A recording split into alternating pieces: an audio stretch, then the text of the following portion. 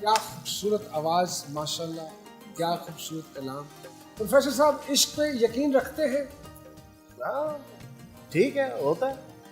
क्या तनु बीमारी है कोई खुल के क्यों बोल रहा है? ये भाई 2 शादियों के बाद अब आपसे तो ये सवाल करना बनता ही नहीं है कि कभी जी इश्क भाईजान, किया। मेरा एक्सपीरियंस ज्यादा भाईजान जरूर करें।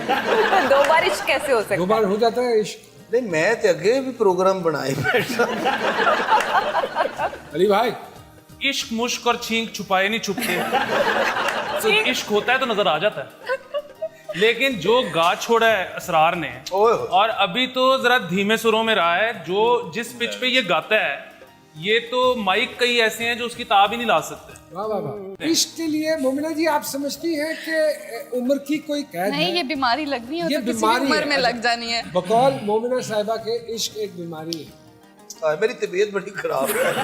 तो 2 दफा हो चुका है। अगर इश्क एक मर्ज है तो शादी माहिर अमराज चश्म। मोमिना जी किस किरदार से शोहरत मिली? पहला जो मैंने किया था नादिया फिल्म के साथ, पॉलर वाली पॉलर वाली लड़की, उसमें जो मेरा कैरेक्टर था मरियम, उससे बहुत ये ज्यादा तब की तैयार हुई हुई है आप। फ्री में था ना, पॉलर वाली लड़की तो फ्री में। तो वहां से, और उसके बाद फिर रहदे वफा मासूमा, मासूमा। तो आजकल खुदा और मोहब्बत की नाहीद। अरे तो फिर फैन फॉलोइंग तो बहुत बढ़ गई होगी, अल्हम्दुलिल्लाह है ना? टिकटॉकर बहुत भी है। प्यार मिल रहा है। 2.1 मिलियन फॉलोअर्स हैं टिकटॉक पे। अच्छा, टिकटॉकर भी? ओह Sometimes. आपकी किसी चीज की कोई टिकटॉक बनी? कभी दिल किया गाड़ी से उतर के स्लो मोशन चलने का? बिल्कुल बिल्कुल नहीं, अभी तक नहीं दिल किया। अच्छा, लेकिन नुमान जी बड़ी इनमें वेरिएशन है कि कश्मीरी लड़का एक सिंध में जाके वहाँ बचपन गुजारता है हैदराबाद में, फिर लाहौर में आके आबाद हो जाता है और पोटोहारी गाने भी गाता है और पंजाबी शायरी करता है। ये क्या है? ये क्या रला मिला सी सर चीटिंग है? जी, तूने क्या क्या ना बनाया, हाँ, कोई क्या क्या ना हाय बनाया। हाय। वाह वाह। बाय बर्थ कश्मीरी हूँ, बाकी अल्लाह दी कसम। अल्लाह दी कसम। वाह वाह। हैदराबाद में रहा और फिर लाहौर में आया 2007 में। हैदराबाद क्यों रहे? हैदराबाद में मेरे फादर की जॉब थी अच्छा, ओके। और वैसे सारा बचपन वहीं गुजरा। कश्मीर रहा कभी नहीं। तो इसरार शाह कश्मीरी भी लिखते हैं साहब? नहीं, साल लिखता नहीं, हाँ। लेकिन हूँ मैं बाय बर्थ कश्मीरी। अच्छा, कोटली से। दाल चावल क्या है? फेवरेट डिश है या कोई फिल्म है जिसमें काम कर रहे हो आप? हम कश्मीरी हैं। आप भी कश्मीरी हो? तो दाल चावल तो फेवरेट है ना वो तो फेवरेट है। जी। और जो फिल्म की बात की जाए तो वो मैंने फिल्म की थी एक दाल चावल। ओके। बेसिकली वो जो एक मूवी थी वो शहीदों पर ट्रिब्यूट था, जो माल रोड पे प्रोटेस्ट करते हुए शहीद हो गए थे, वो उनकी फैमिलीज पर, उन पर बनी थी, बनाई गई कैप्टन थी। मुबीन शहीद उसमें जी। शहादत उनको नसीब बिल्कुल, हुई। बिल्कुल। कैप्टन मुबीन शहीद थे। देखिए मैं जो चीज़ समझ नहीं पा रहा हूँ कि इतनी इंटेंस स्टोरी लाइन और नाम दाल चावल रख दिया जाए, ये कुछ समझ नहीं आ रही। मुझे तो अब पता लगा है इस कहानी का, वरना मैं तो बड़ा खुश था इस फिल्म के ऊपर, क्योंकि पाकिस्तान में अमूमन आप किसी भी चीज़ का कॉन्सेप्ट दो ना तो वो टारगेट ऑडियंस के आगे लिखना होता है यूनिवर्सल या ऑल, और कोई चीज़ दुनिया की यूनिवर्सल ऑडियंस के लिए नहीं हो सकती। नहीं हो सकती। मैं सोच रहा था कि ये कम्युनिटी के लिए, बटों के लिए फिल्म बनाई है दाल चावल, तो मैं तो बड़ा खुश था, लेकिन ये तो कश्मीरी बटों के लिए। हाँ, ये तो सैड स्टोरी निकली। तो मोहम्मद जी कम अरसे में माशाल्लाह इतनी शोहरत, सोचा था कि इतनी पॉपुलर हो जाऊंगी? नहीं, बिल्कुल भी नहीं? नहीं। क्या सोच के आई हैं इंडस्ट्री में? मुझे शौक था एक्टिंग का, तो अच्छा। फिर शुरू हो गया। फिर की? जी, कोशिश जारी है उस पर अभी तक। मशहूर बम बनाओ। अच्छा, लेकिन वो कॉन्ट्रडिक्शन लग रही है आपके इंटरव्यूज में। आपने बोला कि आप एक्टिंग नहीं करना चाहती थी, या आप समझती थी आप नहीं कर लो सकती। बताओ।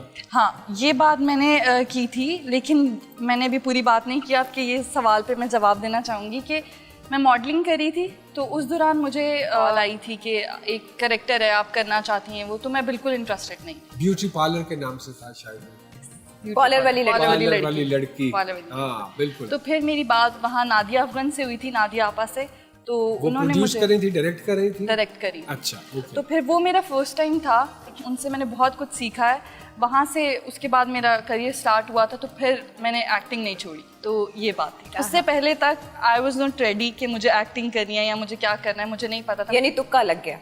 यस कह सकते हैं, कह सकते हैं। 90% इस काम में लोग तुक्के से ही आए, वाह वाह। विदाउट एग्जैजुरेशन है।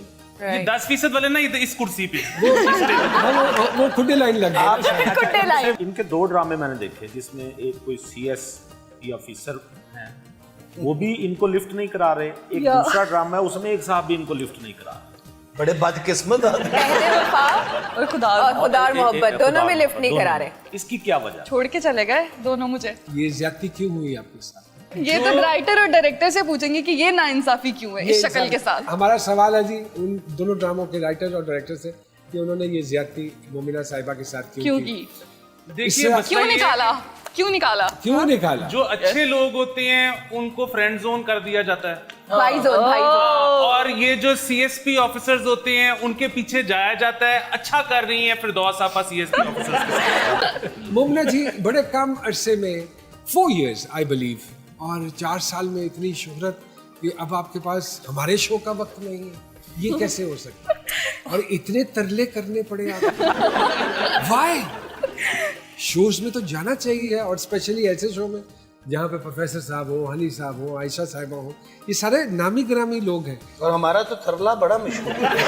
आपने देखा नहीं इसरार की एंट्री पे मैं बैठा रहा हूँ, आप जब चल के आई हैं तो मैं खड़ा हो गया हूँ, अपनी कुर्सी छोड़ दी मैंने। एग्जैक्टली और वाहिद आदमी है जो खड़े हुए हैं। मैं तो खैर खड़ा ही था लेकिन ये वाहिद आदमी है जो खड़े हैं। अब क्यों बैठ गए हैं?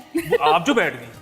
शाहजी जो सूफी शायर होते हैं या सूफी सिंगर होते हैं उनका अटायर जो होता है वो बिल्कुल बड़ा ही मुख्तलिफ सा होता है, मलंग टाइप तबीयत को। ਤੁਸੀਂ ਤੇ ਨਿਊ ਜਰਸੀ ਦੇ ਮੈਨੂੰ ਕੋਈ सूफी सिंगर लग सर मैं कोविड दौर दा सी लेकिन सूफी आप तो समझते हैं कि इससे मुझे नहीं लगता कि इसका कोई ताल्लुक गेटअप से या आपके ड्रेस से या इससे है, बल्कि पहले सोच तो से ये है। सोच से है। जो सूफी ਹੁੰਦਾ ਹੈ ਉਹਦੀ ਤਾਂ ਸੋਚ ਹੀ ਬਿਲकुल एक दरवेशां वाली होती है। He is least pushed in bother की दुनिया में क्या हो रहा है। अंडरस्टूड भी बहुत किया गया है। गैलस पाने भी नहीं सरकार नहीं लोग पाने सस्पेंडर्स अगर नहीं होंगे तो जिन्नी टाइट पतलून है ताड़ी सस्पेंडर्स की तो जरूरत ही नहीं ऑब्जर्वेशन। इसकी मजेदार बात मैं आपसे शेयर करूं, वो कहते हैं ना वाह वाह मौज मलंगा दी। उसकी छोटी सी मिसाल ये है कि अगर आपने बहुत नीट कपड़े पहने हो तो आप कांटों से कीचड़ से बड़ा बच के चलते हो। जो एक्चुअली आप फकीरी की अभी डेफिनेशन बता रहे थे उसमें ये नहीं कि अगर चोला पाया है तो आप बिल्कुल आपको ये चीजें टेंशन वेंशन नहीं नहीं शाहजी फकीर को सुनना हो तो कितना खर्चा है? शाहजी हमारे पास हो और इनको हम प्लग लगा के सुने तो फायदा कोई नहीं। इनको हम अनप्लग सुनेंगे लेकिन एक छोटी सी ब्रेक के बाद आपकी खिदमत में हाजिर हूँ।